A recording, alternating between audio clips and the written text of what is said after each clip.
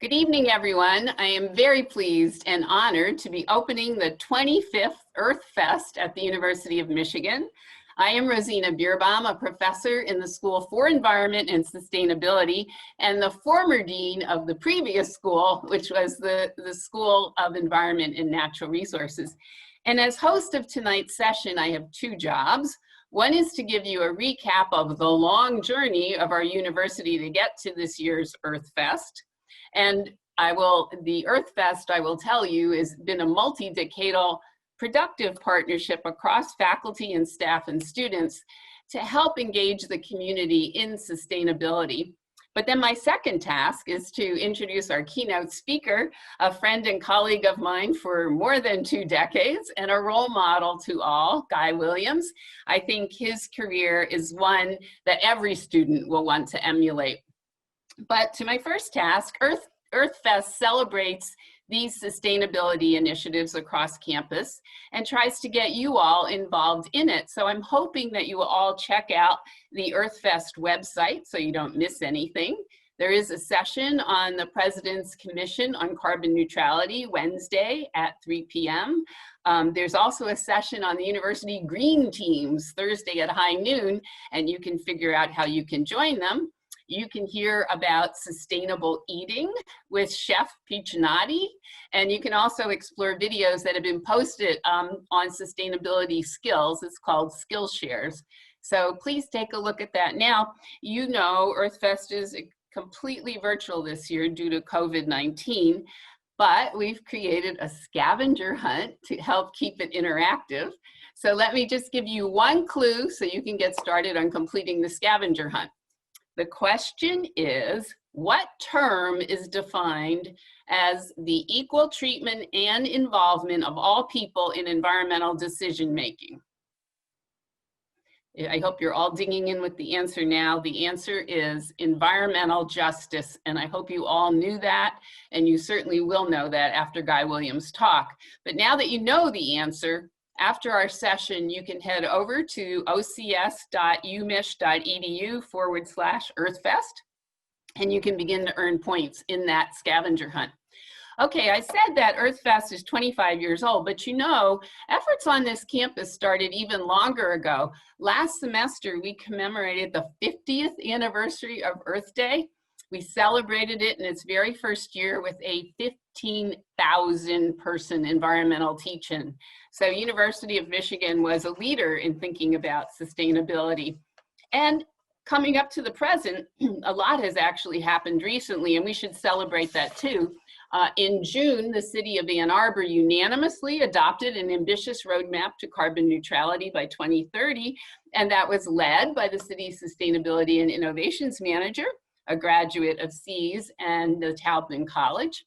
And now, as you heard, the university has its own commission on carbon neutrality.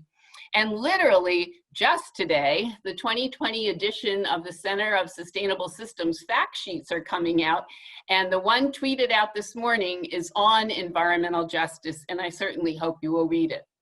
But anyway, back to the beginning, when we started EarthFest, it actually began with a student master's project under the leadership of Greg Keolian and our Center for Sustainable Systems.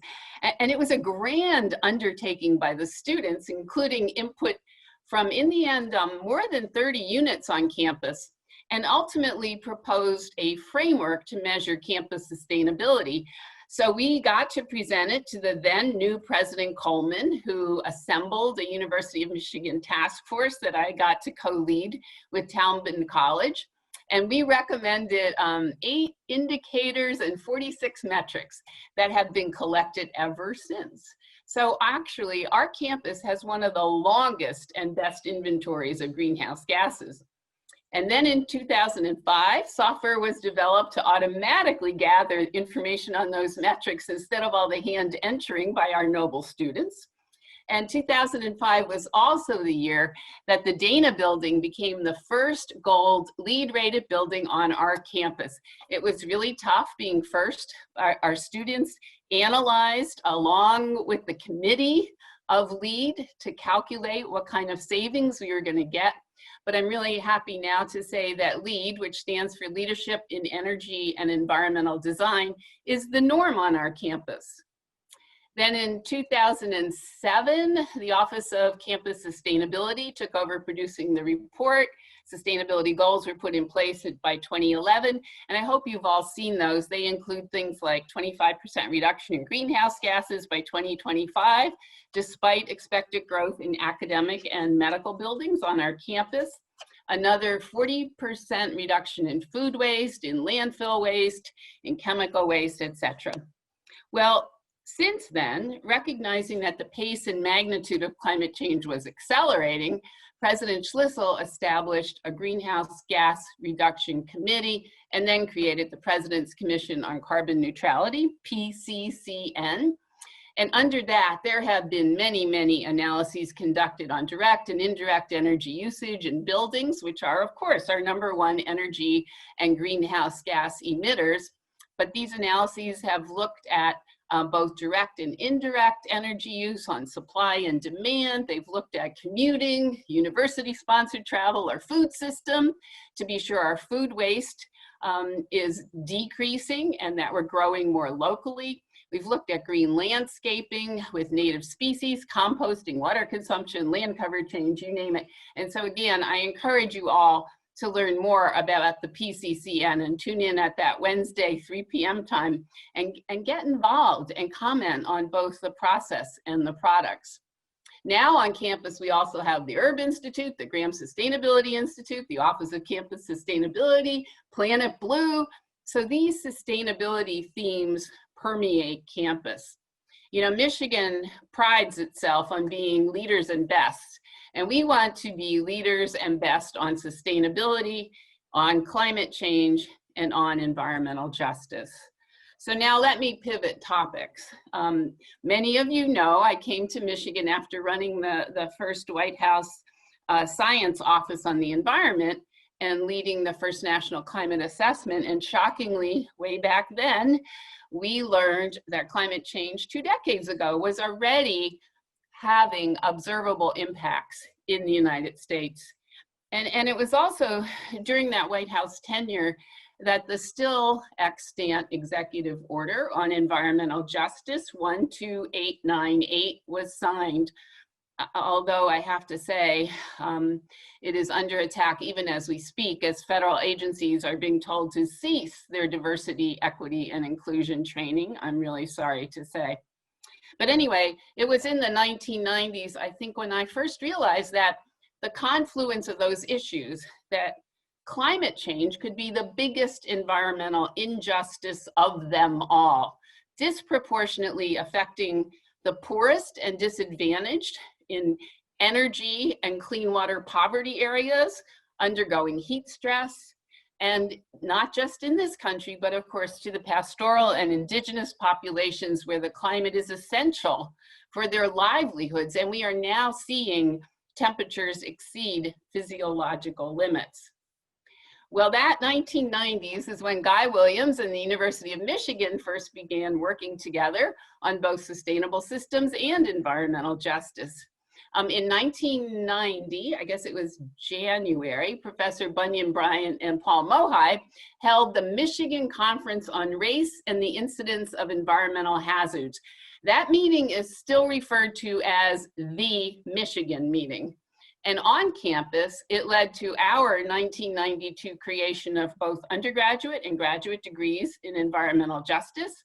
But nationally, it helped lead to the first National People of Color Environmental Leadership Summit in Washington, D.C., 1991, where Professor Bryant and Mohai, advisors to that event, met Guy Williams. Now, Guy Williams was working for the Environmental Defense Fund, one of the 10 big environmental groups. And also in 1990, several environmental justice leaders signed a letter accusing the group of 10 of racism in terms of their policy development, hiring, and the composition of their boards. So these were not just any old NGOs, but ones with national and international footprints. And that letter made national news. So Guy Williams looked into these allegations against EDF where he was working, and he decided they were true. So what should he do? Williams said, quote, "Rather than leaving EDF, I decided to stay and become part of the solution." And that was a life-changing decision. He channeled his intellect and his street smarts and his passion and his commitment into a 30-year career of fighting for environmental justice for all. And it put him on the front lines of engaging businesses that would typically be called the polluters, exploring how they could be more environmentally safe for all people and for species. And I know many of our Michigan students struggle with whether or not to shun organizations that need to improve or to work from the inside to make that needed change. And Guy is an example where being on the inside led to the change he wanted to see. So Guy Williams became the EDF point person for that Peoples of Color Environmental Leadership Summit. And the outcome of that summit was 17 principles of environmental justice that have gone on really to guide and nurture that growing grassroots movement. Next, Guy came to Ann Arbor to the National Wildlife Federation's Great Lakes Resource Center. And at his first staff meeting, he realized that Native Americans were not included in the people that would benefit from a lawsuit settlement. So his first meeting, right? He voiced serious disapproval and the necessary changes were made. And the Great Lakes region owes Guy Williams an amazing debt of gratitude because in 1995, he and his team documented that high levels of mercury were being released from Detroit's regional sewer system, up to 4 pounds of mercury each week into the Detroit River. And health advisories were issued against consuming any of those contaminated fish. It took 7 more years until 2002 to settle the lawsuit, but the pollution prevention strategies that Guy Williams proposed collaboratively with the healthcare industry were really groundbreaking and a model for other states. The Henry Ford Hospital incinerator was closed because of community action to address emissions, including mercury and other chemicals, and mercury thermometers were banned. Meanwhile, Guy Williams was falling in love with Detroit and those unsafe neighborhoods in the shadows of heavy industry without easy access to government or to corporations. And he organized Detroit's first environmental justice gathering, and out of that came Detroiters Working for Environmental Justice, DWEJ, a nonprofit organization that helps Detroit residents address concerns in their own neighborhoods. I was very proud to serve at Guy Williams' request as a faculty advisor for a DWEJ project, another master student project, asking us to help quantify greenhouse gas emissions in Detroit and to identify adaptation options, all with a lot of community participation. Now, Detroit has a climate action plan, an Office of Sustainability, a sustainability action agenda, and much more, thanks to Guy Williams at DWEJ. And Guy has for many years been on several external advisory boards, certainly for our own Center for Sustainable Systems, helping us here at SEAS navigate how to change institutions from inside and outside in pursuit of environmental justice, in pursuit of sustainability, and the mitigation of and adaptation to climate change. So in addition to that board, he serves on many others. He's chair emeritus of the Great Lakes Leadership Academy Board of Governors.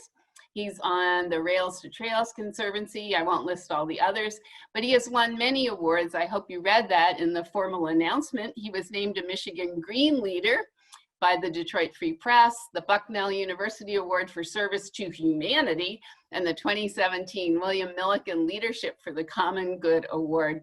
He's just known locally and nationally for environmental justice advocacy, for innovative community programming that values collaboration among business, among government, and among community interests. So there's really no one better to speak to us about climate change and environmental justice. People are marching and protesting for racial justice and for climate justice. His provocative title is On the Cusp of Change. So please welcome the one and the only Guy Williams. Over to you, Guy. Oh man, thank you. Thank you very much, Rosina. Dr. Bierbaum. Man, I'm so happy to be here, and I want to give thanks to Helene Hunter and Amy Novak for inviting me on behalf of the EarthFest committee. It is particularly noteworthy that this is the 25th year of EarthFest, and I really appreciate hearing a lot of the background, the history of the event, and the successes of the university. And it's a little overwhelming hearing my own introduction like that. Thank you so much. I do want to clarify one thing in case I forget later, that when I came to Detroit, I was one of many who organized our first Detroit Environmental Justice Gathering, and one of many who launched DWEJ, Detroiters Working for Environmental Justice. I hope to speak more about that in a little bit. But first, I want to also thank Professor Henry Wang. I understand he's on board and some of his students are on board, and I've enjoyed working with him through my relationship at the Center for Sustainable Systems, and it's always great to have engineering minds attached to finding solutions to environmental problems. That is really awesome. And as my remarks go on, I'm wanting to take a minute periodically to offer my thanks and recognition to the many colleagues from University of Michigan I've worked with over the years. It just happens this spring I retired from my main role, day job roles. And if you're on a little bit earlier, you might have seen my screensaver with me holding a couple of babies there. We've been blessed with 2 grandchildren this year. Baby Milo is about 6 weeks old right now, and baby Tanner is about 8 months old right now. So they've really brought a new perspective to why it's important to keep pushing for change and winning on our efforts at change. Many years ago, I was very inexperienced as a speaker, and I was searching suggestions, and someone said, you really need to make sure you cover the 3 F's in every talk you give: fun, fact, and philosophy. And I thought, awesome, I can handle that. I don't spell well, but I can understand the idea. And before I go too far, I want to please, I'd love it if you'd be ready to get yourself ready to take notes as we go, because our time is going to whip by pretty fast. And it's going to be quick. And I'm hopefully there'll be things you're bound to want to jot down that I mention along the way.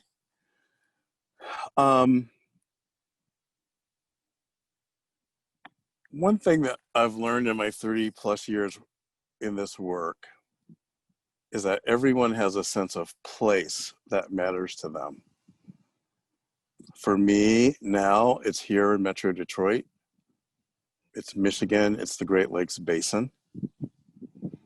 In the beginning though, it was the woods and farms of Maryland, a little neighborhood called Carsondale near Washington, D.C. And I mention it in the context of current social upheaval and conversation, because Carsondale was a segregated neighborhood, about 100 homes nestled in the woods outside of DC. And I guess you'd call it suburbs, but that frankly was in the 50s, and the term suburbs wasn't really in vogue. I'm feeling like an old timer, but the key word here I want to flag is segregated. And because as I look back through the lens of 67 years now, I'm amazed how durable those childhood experiences were. And through the technology of platforms like Facebook, more and more, almost once a week, I'm discovering old friends, and we're sharing like who we were and what it was all about in our formative years.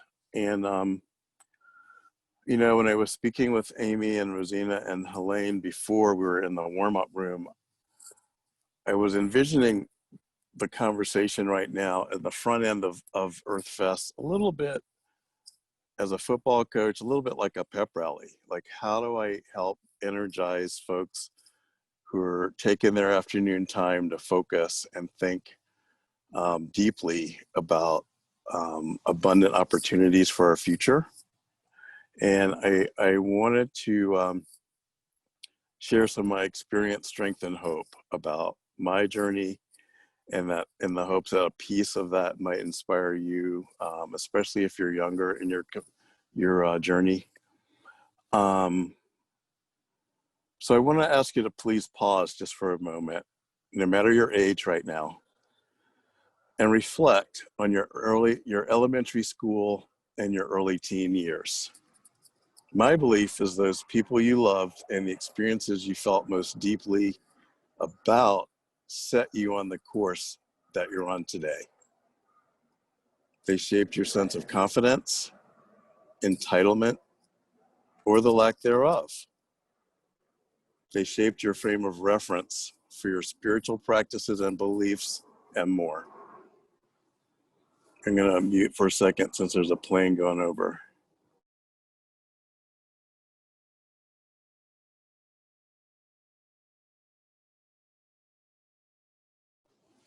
You know, back in those days, I did not know that my early love for nature would become a cornerstone for my career working for a better, healthier environment. I did not know that the nurturing Black community that raised me and gave me an inner sense of resilience, that I would later need that once I came out of that protective cocoon. I did not know that I would survive the trials of segregation and then the trials of desegregation, only later to discover environmental racism and the horrible impacts of the chemical waste of our modern society. I did not know that my journey through alcoholism and drug addiction onward to many years of continuous recovery would equip me with undaunting spirit of optimism and how that would play out for me. I did not know I would meet Bunyan Bryant and Paul Mohai on a bus in Louisiana in the early 90s. And I should have remembered to get my Kleenex because I usually cry when I get to really emotional stuff. That trip changed my life.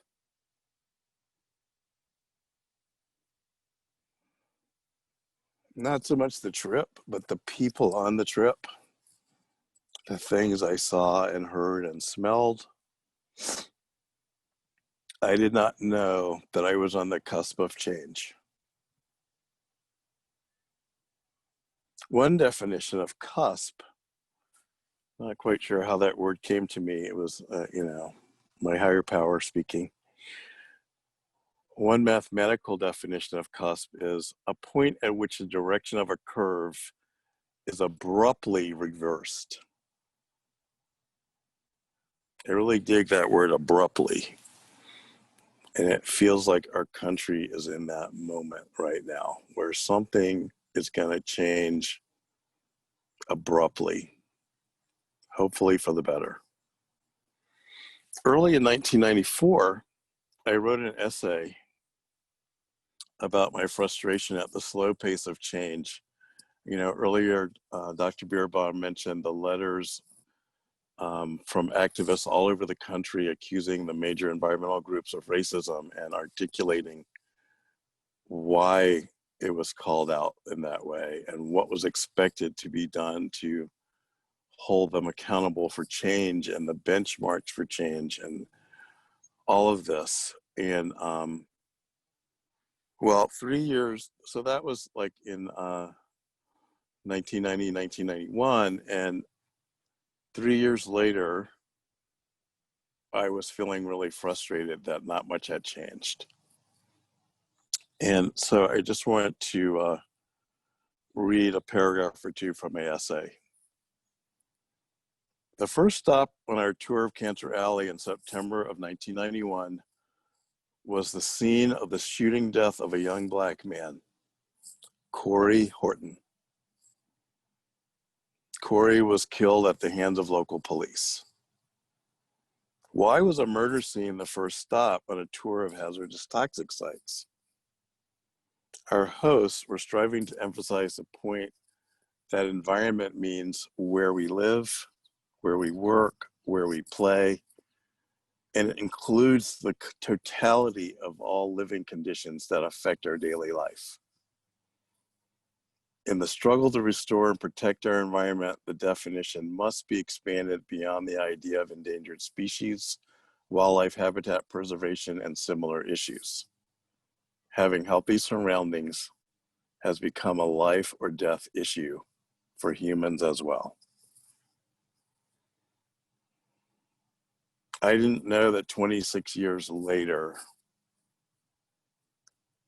I could have written the very same paragraph. Like that's another reason to maybe bring out my Kleenex. Like that's just unconscionable.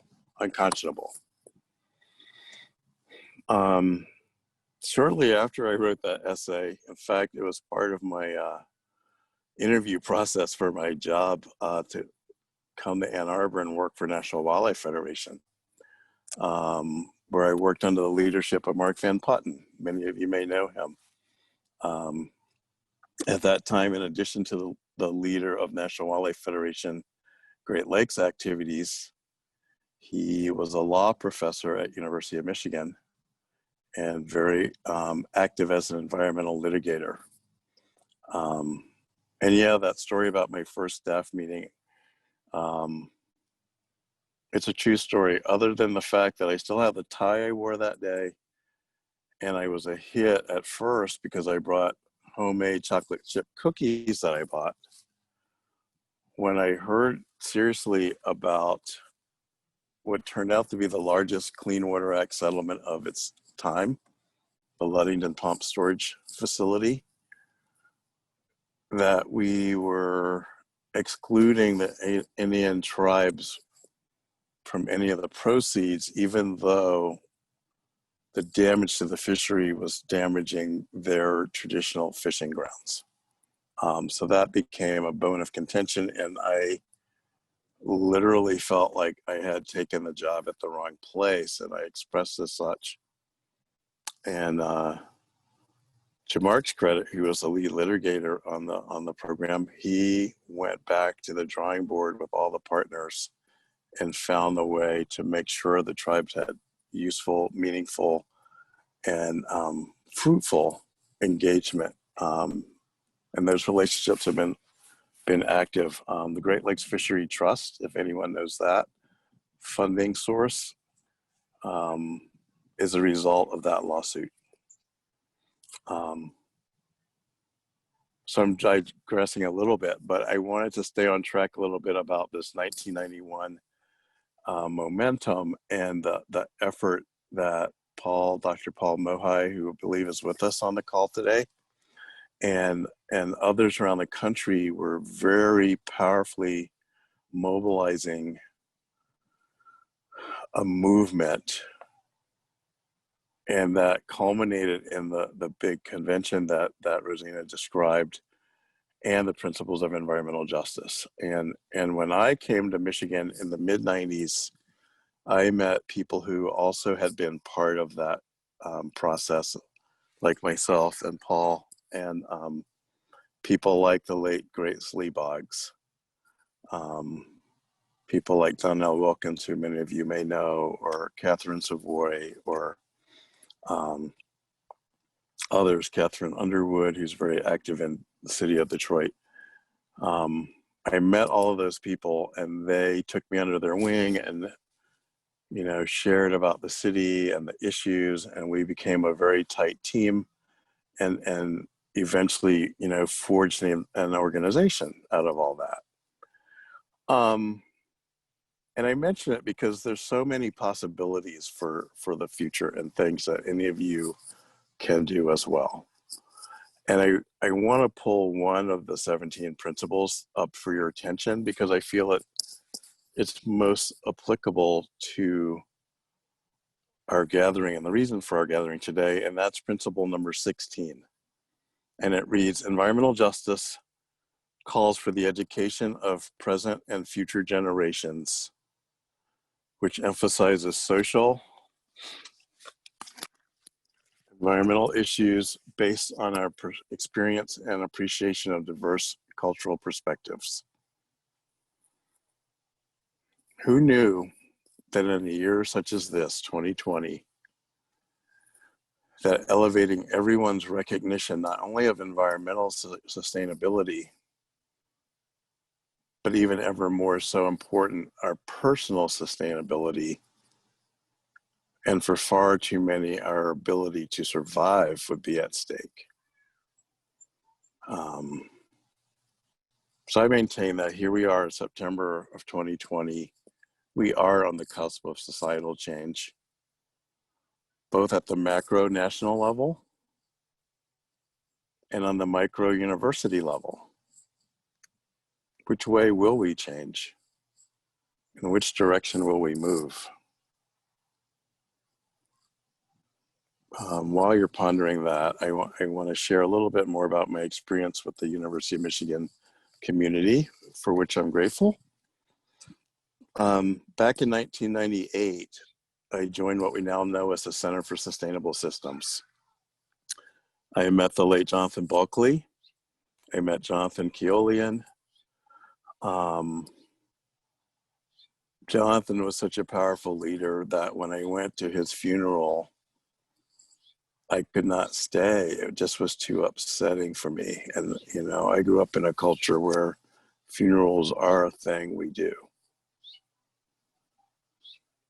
But this man was such a powerful influence and a guiding light for positivity and creativity and inclusion, and just really miss him. But from that relationship that actually is continuing to today, I learned so much about how modern products are created, the life cycle of those products, the process of it, the environmental impacts of those systems. And I became especially knowledgeable about the adverse impacts and how they can be ameliorated. And that's something that has always interested me, you know, the scientific behind the curtain elements of manufacturing and things of that nature.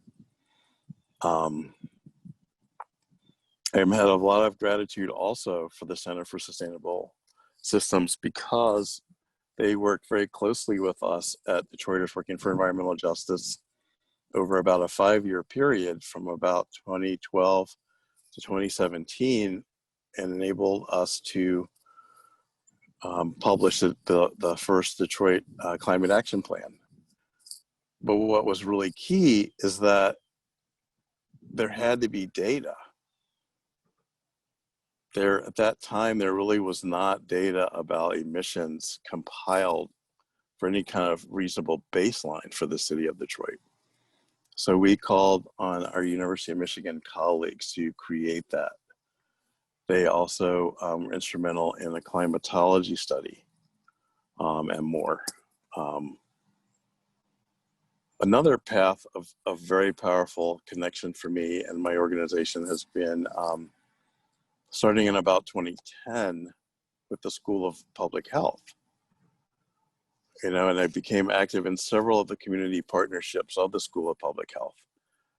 And I'm a bit nervous to start naming names because there are so many people involved.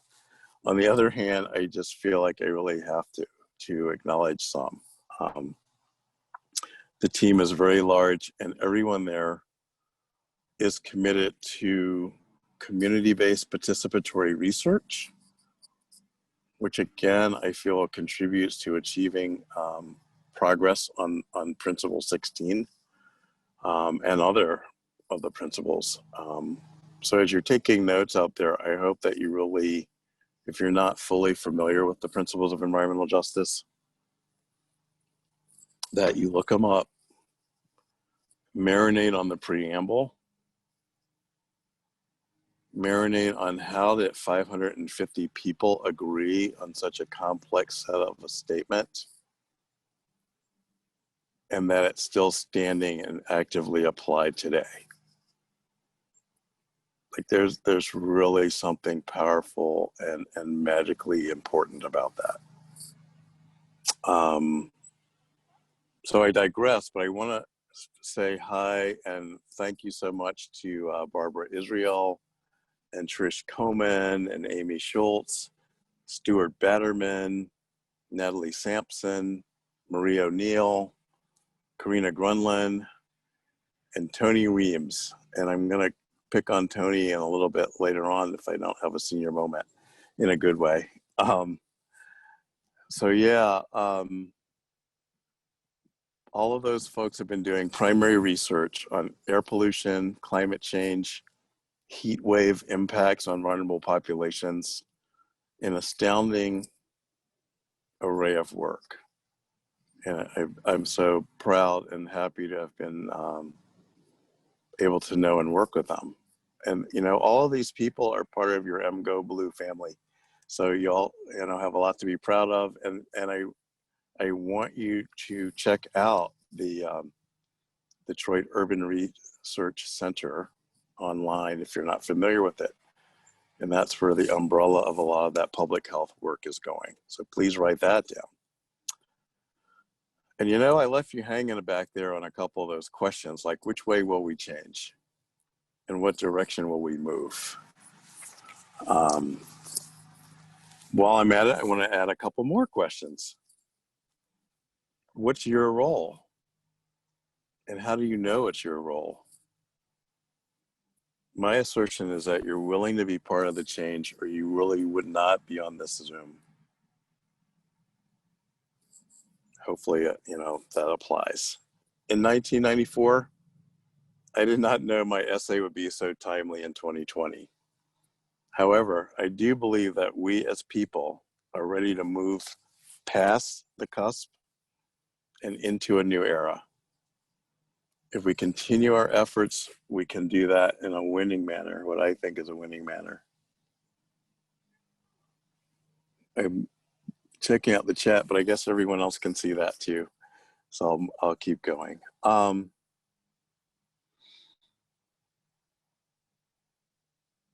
You might say, why is Guy so hopeful? If you turn on any channel, no matter whether it's red or blue leaning, left or right leaning, whatever, no matter what channel you turn on, it's so easy to find something shocking and or depressing, if not both. And besides my natural nature, I would say why I'm hopeful is because there are specifics. There are specific structures that have changed. There are specific chunks of data that we now know for sure about that we can activate around. And maybe most importantly, we have people like you who are on this call. You're focused, you're dedicated, you're open-minded, you're curious about how to make things better. And that's what I believe it takes. That's what's gotten us this far. You know, I want to start by circling back to talk about Professor Tony Reams, PhD. I've gotten to work with him a little bit over the last couple of years. Don't know him so well. Today, I found out that he was a captain in the Army and served in Iraq. I know him as a researcher on what we call the Heat Wave Project, where we're trying to figure out how to protect people from overheating in their housing during the summer and the effects of climate change that truly are kicking in the gear. Has anyone on the line been to Miami lately? It's not just sea level rising when there's a hurricane, trust me.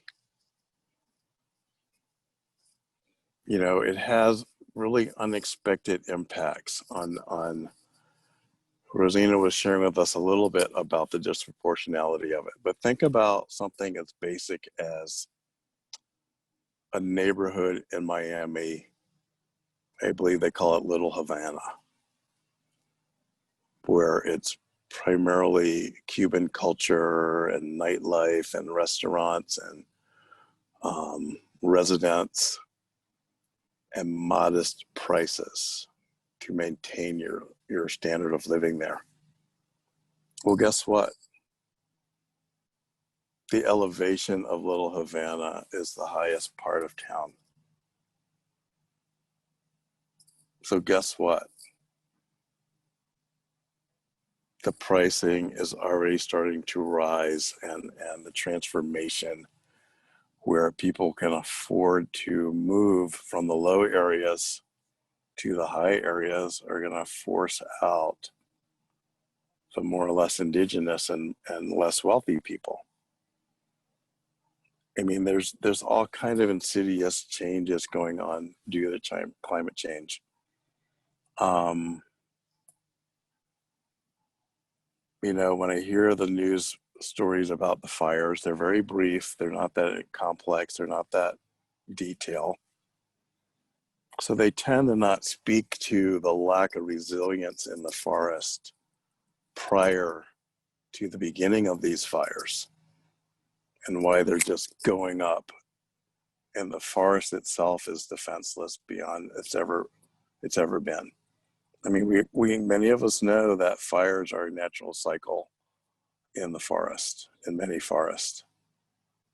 Yet typically it stays in a certain modicum of control and containment, and it fosters a certain life cycle of plants and animals. But we've gone way, way beyond that.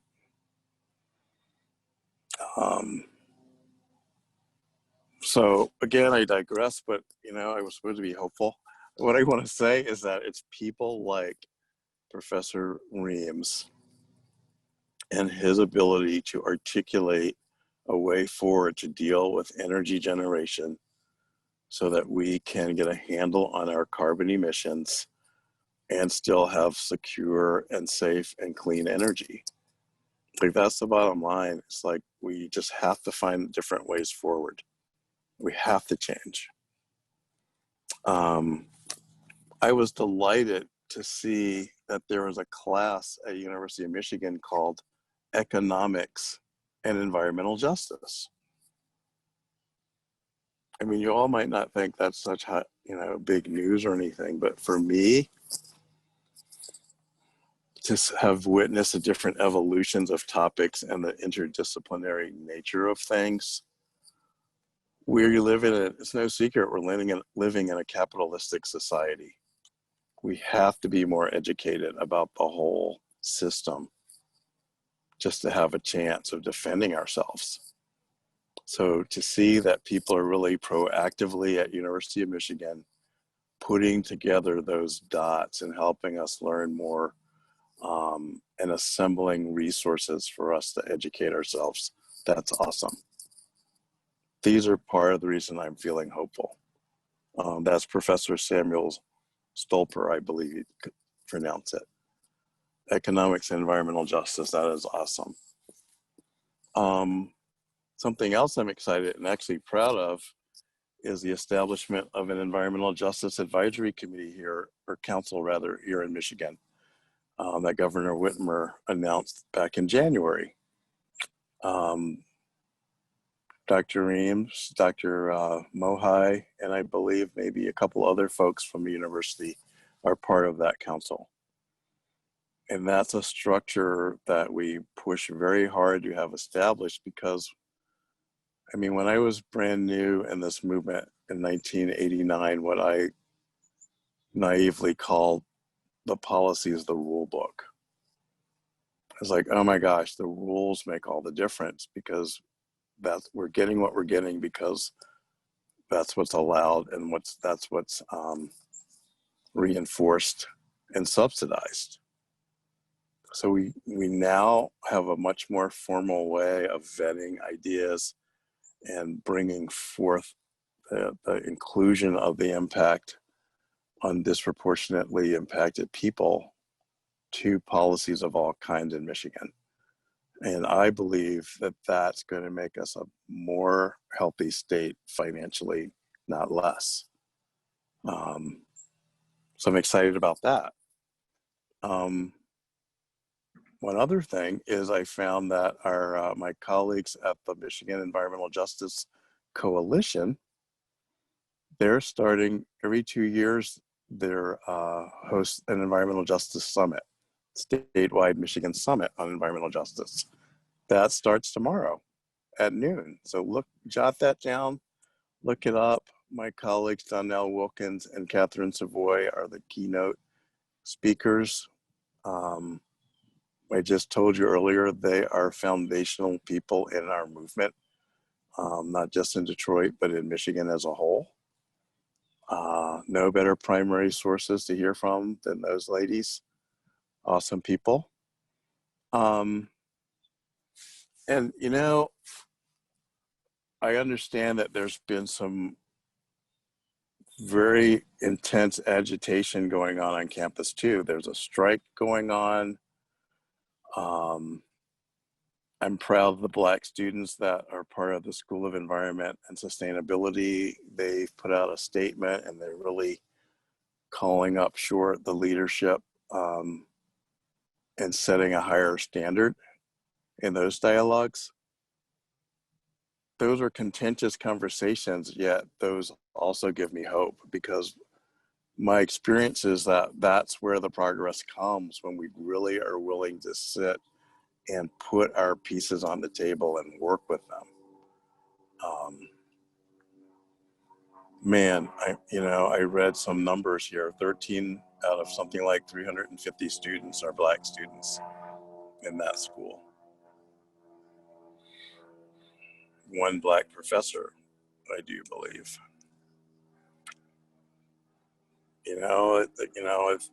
It could be a half full or half empty story there. I'm a half full story, because the dialogue, and I read through the 25-page document, and it's awesome the way it's articulated, a way forth, that kind of courage, and it makes me excited. On the other hand, it just shows that even a place like University of Michigan that had many successes and many innovations, there's a long way to go.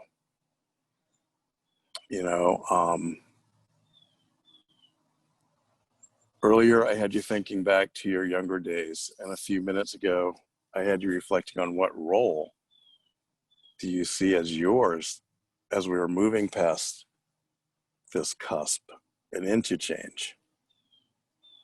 If you have those notes going on, please take a moment and jot down what you answered for yourself, so you have that for yourself. Back during my days in Carsondale, what I did know was that my parents set forth strong examples of active citizenship, voting, volunteerism, and my Christian faith. Those examples have kept going with me through thick and thin. And lo and behold, could anything be more important this year than voting and active citizenship? Holy cow. We have no hope at addressing climate change without electing different leadership. That's just point blank. The lines are clearly drawn on who stands for what.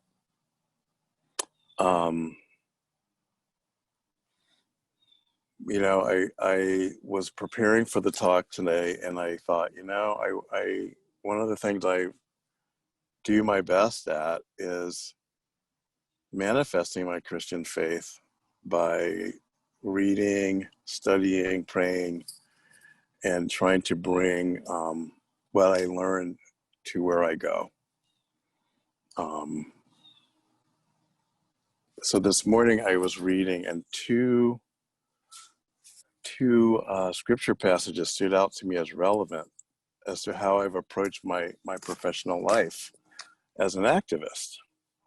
And I thought that was kind of interesting, because my My studies are very somewhat random. But the one passage is Luke chapter 22-27, where Jesus is saying to the disciples at the Last Supper, I am among you as one who serves.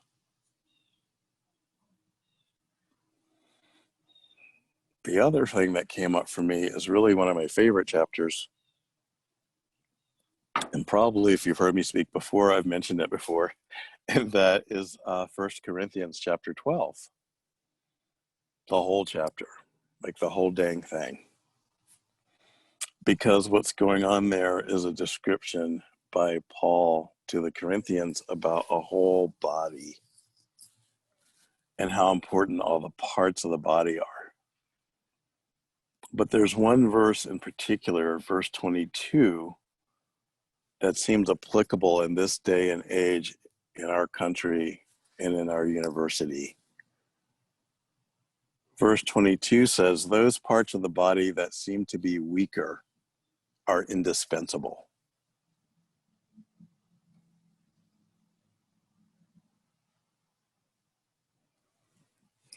I mean, think about that for a minute.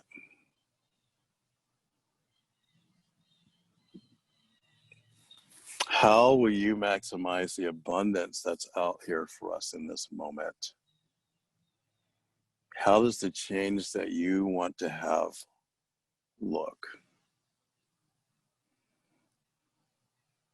Right? If you wrote down what you think your role is or what your gifts are to bring to society and your life, your friends, your family, your vocation, bring it. Because we need every body. We need every part. You know, I'm not a biblical scholar and I would paraphrase this chapter 12, but there's statements in there that many of you have heard about. The eye can't say to the ear, because I cannot hear, I'm not a part. And all this kind of thing, right? Like we all have to pull together. That's why these kind of festivals like EarthFest are fantastic, because they bring us all out.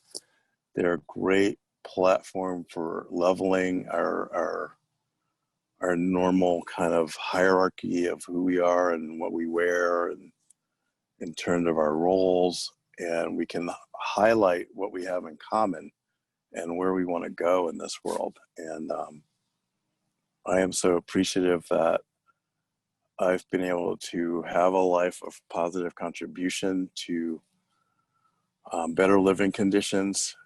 But man, there's so much further to go. There's so much further to go. We need everyone on this Zoom to link up and go for it. Thank you, Rosina. Thanks, Well, everybody. Guy, thank you. Thank you for your hope, your optimism, your thoughtfulness. I mean, I really think you are the example of how one person can really make a difference. I mean, you reminded me of a Martin Luther King quote, the time is always right to do the right thing. And you gave us examples at several times during your life against great odds where you did the right thing because the time was right. Thank you also for reminding us what motivates us, our sense of place, the values imbued in us in our youth. That environment is where everything, where we live and play, not just nature. And that we ought to vote to protect all of those things and to protect those who do not have strength or the loudest voice. I hope that you're right, that the cusp, that we are on the cusp and that it is abrupt. But that also made me think of another Martin Luther King quote that you know so well and that Obama used frequently, that the arc of the moral universe is long, but it bends towards justice. Let us really hope that we are now on the cusp of justice. Guy, I just want to thank you for your amazing remarks, for all you have done, all you will continue to do, for inspiring everyone who's listening to us now and who will listen to us in many classes over the years to come. Thank you for your great friendship, your kindness, and we could not have asked for a better start. Thank you so much. You're very welcome. Namaste. Same to you. And that wild applause out there in the Ethernet, I am sure. Bye, everyone. Thank you, everyone. Goodbye. Peace. Same.